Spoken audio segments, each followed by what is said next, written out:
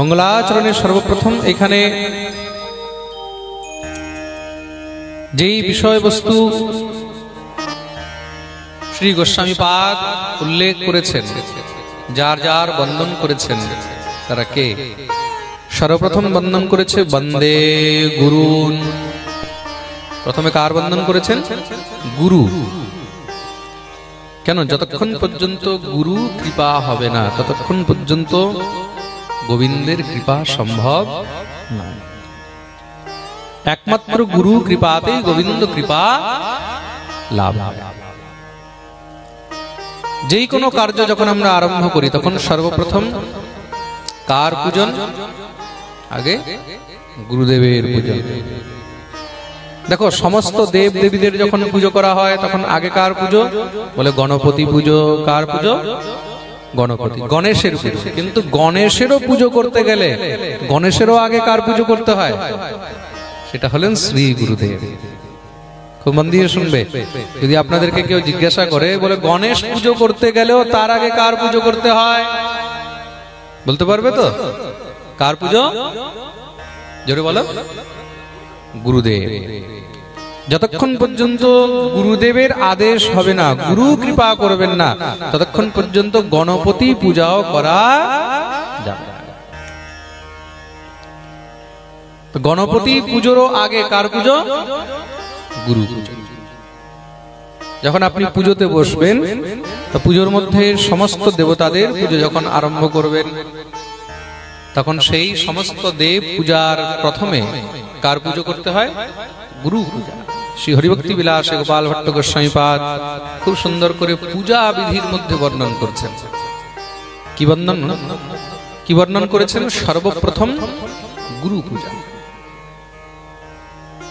প্রথমে কার পুজো? আপনি সিংহাসনের মধ্যে ঠাকুর রেখেছেন, রাধা গোবিন্দ আছে, লক্ষ্মীনারায়ণও আছে, রাম সীতাও আছে, হয়তো সেখানে দেখা গেল শিব পার্বতীও আছে, গণেশও আছে, বিশ্বকর্মাও আছে। মানুষের ঘরে তো অনেক ঠাকুর থাকে, থাকে কি না? হ্যাঁ, এখানেও হয়তো অনেকে এমন বসে আছে যাদের ঘরে ঠাকুর সিংহাসন, অনেক ঠাকুর আছে, অনেক দেবদেবী আছে, তাই তো? হ্যাঁ, আছে কি না? কার কার ঘরে আছে? হাত উপরে করো তো দেখি। অনেকগুলো লজ্জায় আছে না? আরে আছে তো আছে, তাতে কি আছে? বলতে কি আছে? হাত উপরে করো। আছে তো? সবাই এই জিনিসটা মন দিয়ে শুনবে। নানা রকম দেবদেবী আছে, তা সেখানে সর্বপ্রথম কার পুজো করবে? কেন বলছি? এই প্রশ্নটা বারবার আসে আমার কাছে। অনেক ভক্তরা এই প্রশ্ন করে, মহারাজজি আগে কাকে পুজো করব, আগে কাকে অর্চন করব, আগে কাকে ফুল দেব? তা যতই দেবদেবী থাকুক, সর্বপ্রথম পূজা হবে গুরুদেবের। কার পুজো হবে? জোরে বলো। গুরুদেব। প্রথম পূজা হলো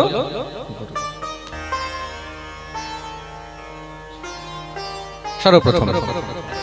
তার জন্য গোস্বামী তুলসীদাস জি যখন রামচরিতমানস লিখছেন, সর্বপ্রথম তিনি কাকে বন্দন করেছেন? শ্রী গুরুদেব।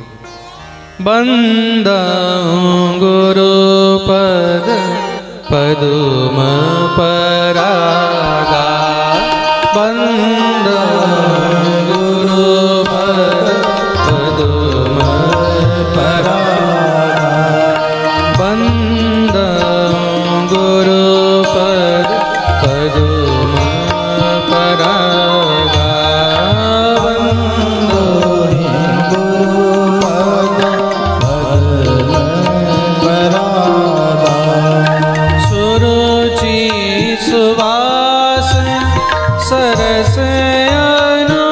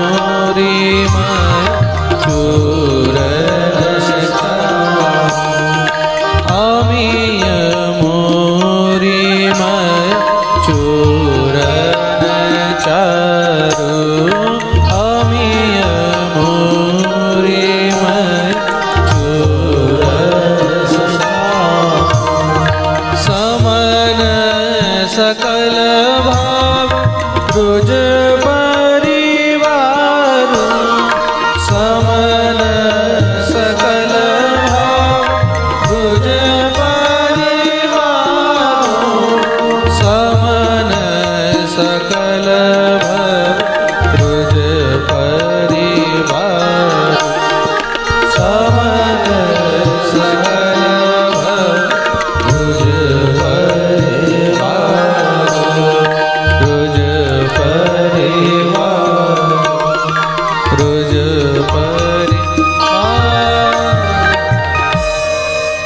বন্দন প্রথম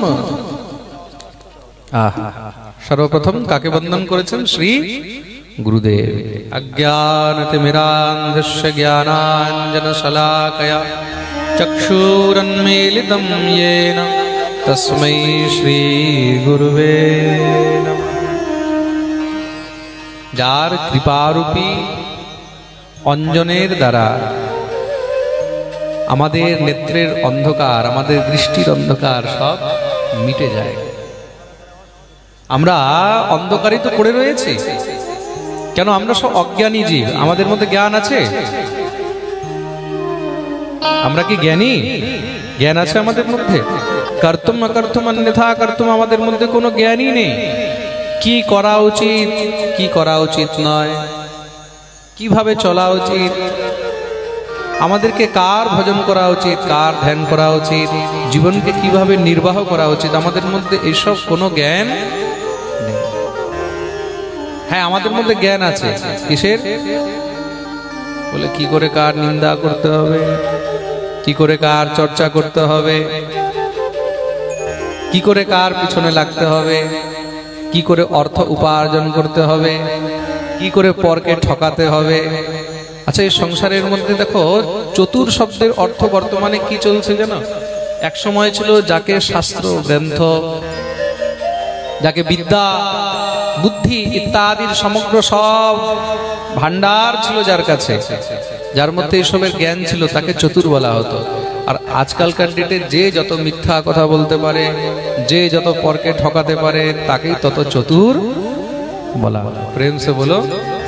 আর যে যত সৎ হবে, যে যত সৎ পথে চলবে, তাকে দেখবে সবাই বোকা বলে। কি বলে? জোরে বলো। বোকা বলে তো?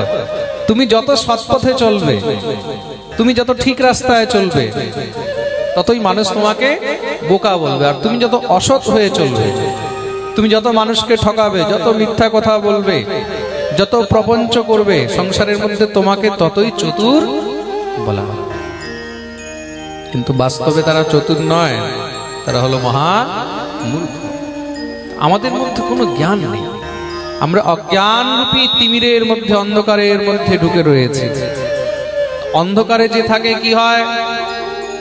বলে নিজেও মাথা ঠোকে আর পরেরও মাথা ঠুকে দেয়।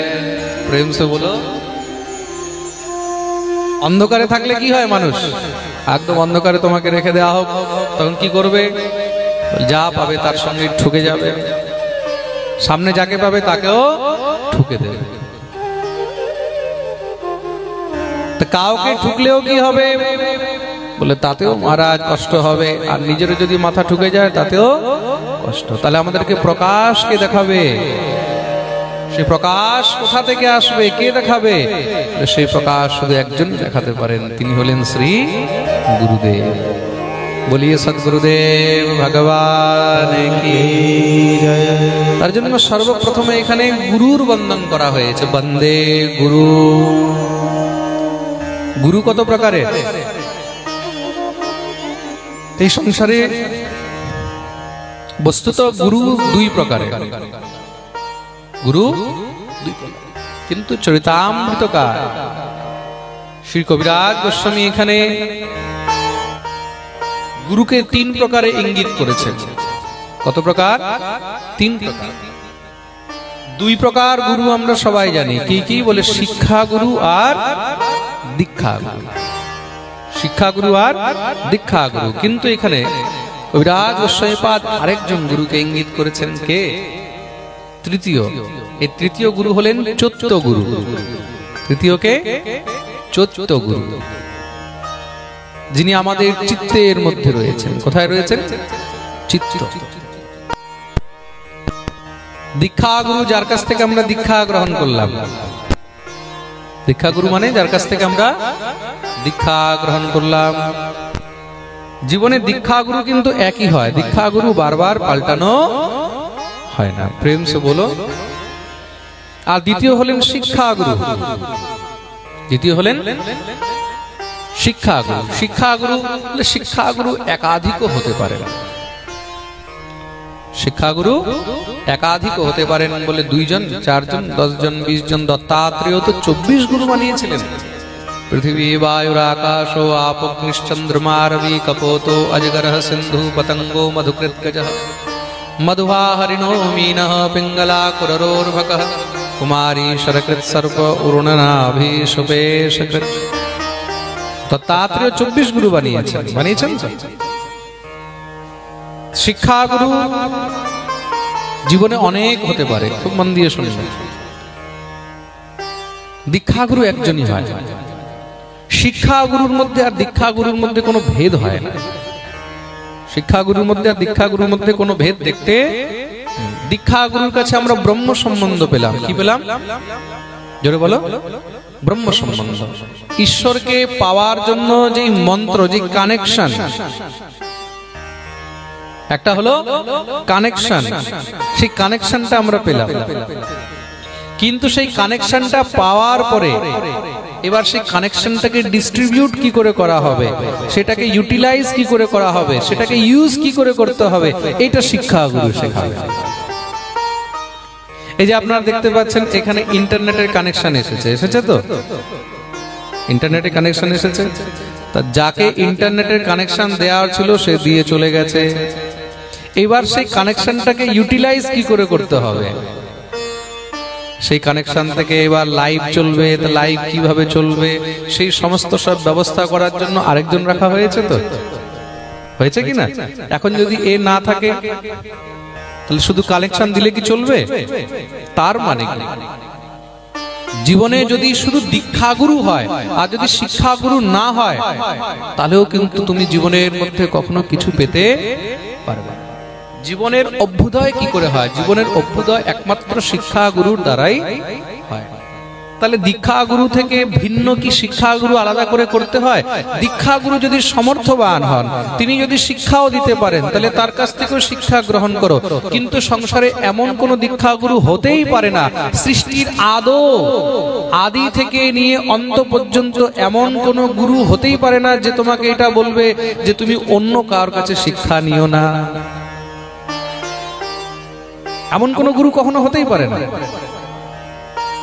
কোন গুরু যদি বলে তুমি অন্য কোন গুরুর কাছে শিক্ষা নেবে না, অন্য কার কাছে যাবে না, অন্য কার কাছে কিছু শুনবে না, তার মানে বুঝে রাখতে হবে হয়তো সে ভীতু, নয়তো সে সাধু।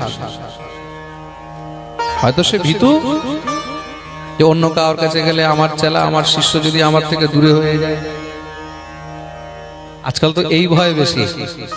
আচ্ছা, শিষ্যকে আজকাল কেউ শিষ্য মনে করে না, শিষ্যকে সবাই এখন জমি মনে করে, শিষ্যকে এখন প্রপার্টি মনে করে।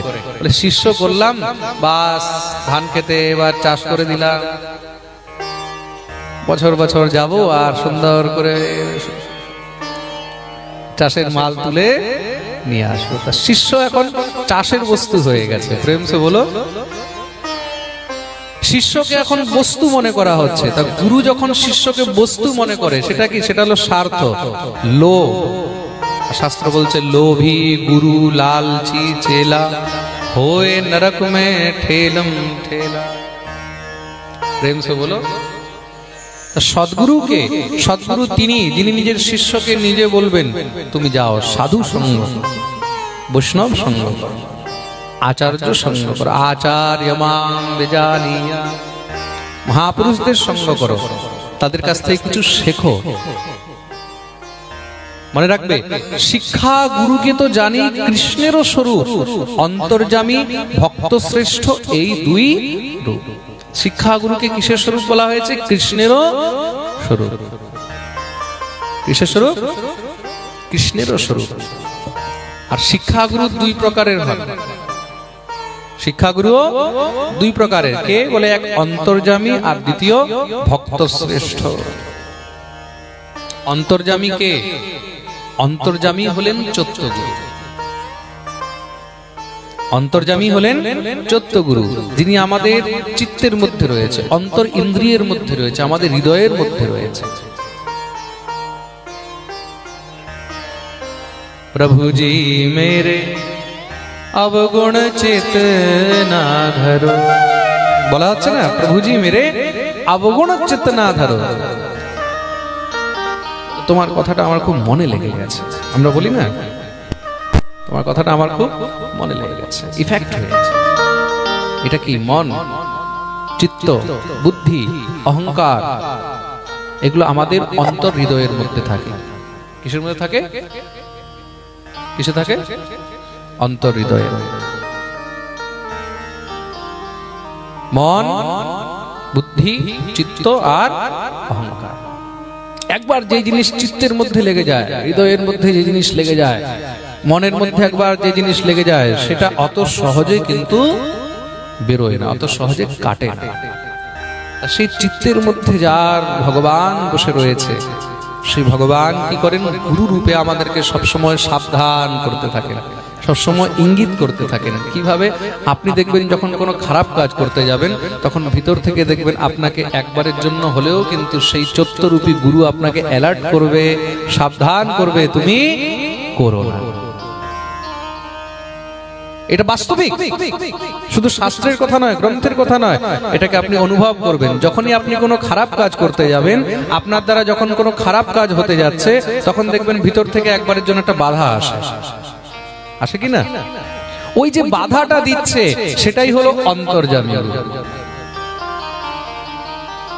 মনে রাখবে, এবার কিন্তু চৈতন্য চরিতামৃতের কথা হচ্ছে। চৈতন্য চরিতামৃত পুরো তত্ত্ব কথা। চৈতন্য চরিতামৃত কি? তত্ত্ব কথা। এখানে কিন্তু মজার মজার গল্প কম হবে, এখানে তত্ত্ব কথা বেশি হবে। প্রেম সে বলো। তার জন্য বলেছি না, 10 বছর পর্যন্ত চৈতন্য চরিতামৃত পড়েও, গৌর কথা পড়েও অনেকে বুঝতে পারে। আমি একজনকে চৈতন্য চরিতামৃত দিয়েছি পড়তে, খুব সুন্দর বিস্তৃত টিকা সহিত। 1 বছর পর্যন্ত চৈতন্য চরিতামৃত পড়তে পড়তে 1 বছর পরে সে আমাকে উল্টো রিটার্ন দিয়ে গেছে। কি হলো? বলে, মহারাজ 1 বছর ধরে বোঝার চেষ্টা করছি, কিন্তু এখনো পর্যন্ত একটি পরিচ্ছেদও ভালো করে বুঝতে পারলাম। এই হলো চৈতন্য চরিতামৃত। এক একটি জিনিস এখানে ডিটেলে সব বর্ণন করেছে। অন্তর্যামী গুরু, সেটাই হলেন আমাদের চৈত্যগুরু, যিনি আমাদের চিত্তের মধ্যে রয়েছে, যিনি আমাদের অন্তরে রয়েছে। তিনি সব সময় কিন্তু আমাদেরকে সাবধান করছেন। আমরা যখন কোনো ভালো কাজ করতে যাচ্ছি, তখন তিনি আমাদেরকে ভিতর থেকে সাপোর্ট করছেন, তিনি ভিতর থেকে আমাদেরকে ঊর্জা দিচ্ছেন যে তুমি এটা করো। প্রেম সে বলো। যিনি আমাদের অন্তরে রয়েছে, মনের মধ্যে রয়েছে, চিত্তের মধ্যে রয়েছে, আর অন্তর্যামী রূপে সবসময় তিনি আমাদেরকে নির্দেশ করে চলছেন, তিনি হলেন চৈত্যগুরু। আর দ্বিতীয় হলেন ভক্ত শ্রেষ্ঠ। তা শিক্ষাগুরু বাস্তবে কে হন?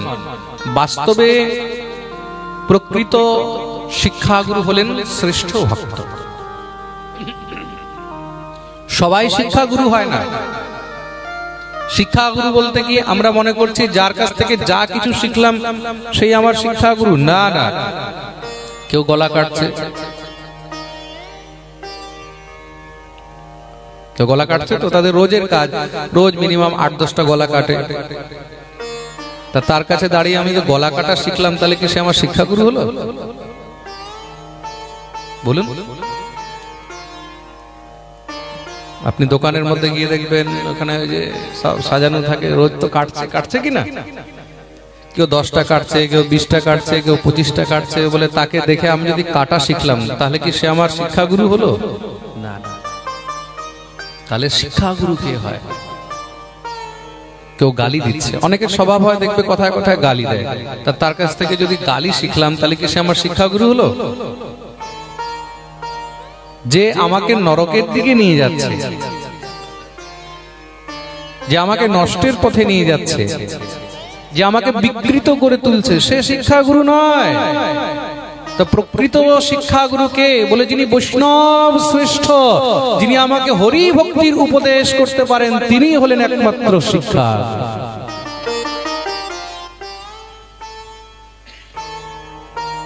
প্রেম সে বলো,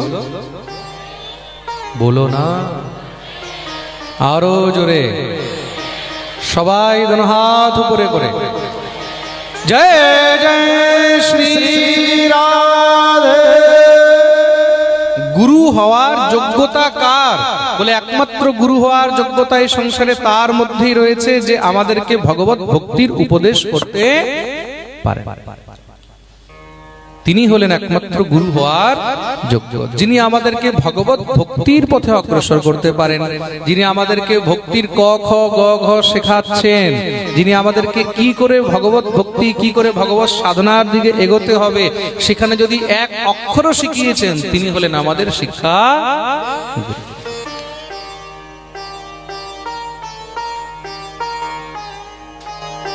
তা শিক্ষাগুরু কত প্রকার বলা হলো? হ্যাঁ জোরে বলো, এখনই বোঝালাম তো। শিক্ষাগুরু কত প্রকার? দুই প্রকার। শিক্ষাগুরু কত প্রকার? তার জন্য আমি বলি না যে মাঝে মাঝে এইভাবেই জিজ্ঞাসা করব, তাতে বোঝা যাবে কে কত মন দিয়ে পাঠ শুনছে। গুরু তিন প্রকার। কি কি? দীক্ষাগুরু, শিক্ষাগুরু আর চত্বগুরু। চত্বগুরু শিক্ষাগুরুরই একটি ভাগ, একটি অংশ। শিক্ষাগুরু দুই প্রকার। দুই প্রকার কি কি? বলে অন্তর্যামী, ভক্ত শ্রেষ্ঠ, এই দুই রূপ। শিক্ষাগুরু হলেন দুই প্রকার, এক অন্তর্যামী, আরেক হলেন ভক্ত শ্রেষ্ঠ। জীবনের শিক্ষাগুরু কাকে করতে হয়? একমাত্র কৃষ্ণ ভক্ত, হরি ভক্ত, যারা ভগবত ভক্ত, এমন শ্রেষ্ঠ ভক্তদেরকেই শিক্ষাগুরু করিতে হয়। প্রেম সে বলো। তার জন্য এখানে সর্বপ্রথম শ্রী গুরুদেবকে প্রণাম করা হয়েছে। তার নিজের নিজের শিক্ষাগুরু, নিজের নিজের দীক্ষাগুরু, সর্বপ্রথম তাদের চরণে বন্দন করে। বলিয়ে সদ্গুরুদেব ভগবান কি।